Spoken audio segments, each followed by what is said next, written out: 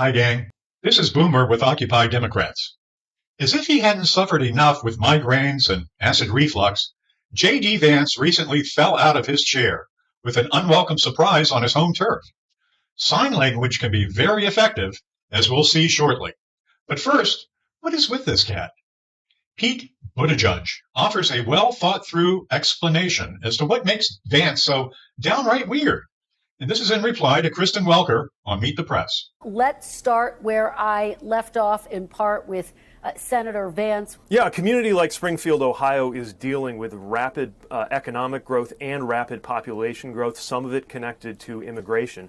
And the mayor there, just as I was dealing with challenges when I was mayor in South Bend, Indiana, is focused on how to bring a community together, move it forward, and help it grow. What is not going to help that mayor, what is not going to help that community, is the kind of chaos inflicted on them by a national campaign deciding to make them a lightning rod over wild rumors and urban legends about people eating cats or dogs or geese or whatever it's going to be tomorrow.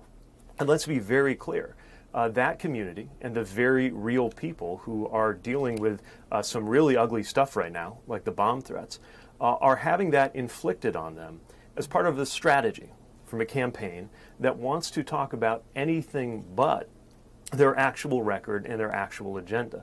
Donald Trump and JD Vance cannot afford for this campaign to be about things like how Donald Trump eliminated the right to choose and continues to leave the door open to signing a national abortion ban. They definitely don't want this campaign to be about things like how we had a manufacturing recession under Donald Trump and what we have to do to keep the manufacturing boom that is going on right now going. These are not things they want to be talking about. Obviously, they don't want to be talking about the particulars of the Trump-Vance healthcare plan because they don't have one. They have this so-called concept of a plan that he keeps saying is around the corner. He's been saying that, I think, for 9 years. So they need to get us talking about something else. The crazier, the better. Just like his orange-hued boss, Vance makes it easy for journalists and political rivals alike to call him out. I mean, there's never been a vice presidential candidate, at least in modern times, who plays so loose with the truth, who brings so much nutty, crazy baggage with him to the office every single day. In this next segment, Vance readily admits his imagination gets in the way of reality on a regular basis.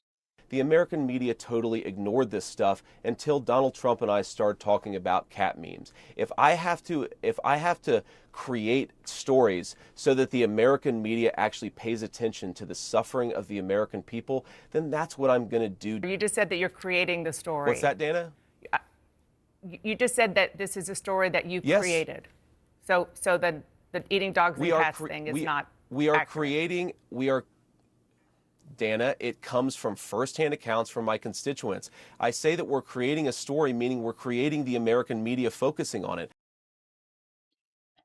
Boy, watching Vance calls to mind the late, great Democratic senator from New York, Patrick Moynihan.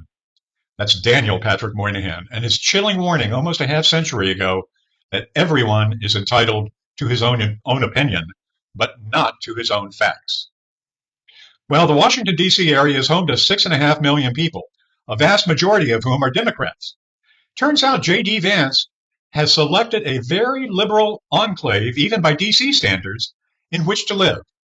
The Del Rey neighborhood inside the Beltway and located in the historic city of Alexandria voted Clinton in 2016 and Biden in 2020 by 80%. So why is he there? Some guess that Vance is there because he enjoys the attributes of a progressive village. Few guns, few bullies, few evangelicals, good schools, good restaurants, and a diverse, caring community suitable to raising a family. Bottom line, he lives side by side with the left. Well, if that's the case, Vance is the most dishonest, cynical candidate ever. Of course, dishonesty is a Republican trademark these days, and so Vance abides and falls into the liar's line, just like his MAGA colleagues. Well, finally, what was that surprise on Vance's home turf that knocked him for a world of hurt? It seems dozens of his neighbors banded together to show him just what an 80% majority looks like by way of signs. So just like that sign says, let's keep JD in Delray. Who knows, maybe someday the neighborhood's many attributes will rub off on him and he'll become an enlightened citizen like so many of Alexandria's occupants. This is Boomer, and this Boomer hits different with Occupy Democrats.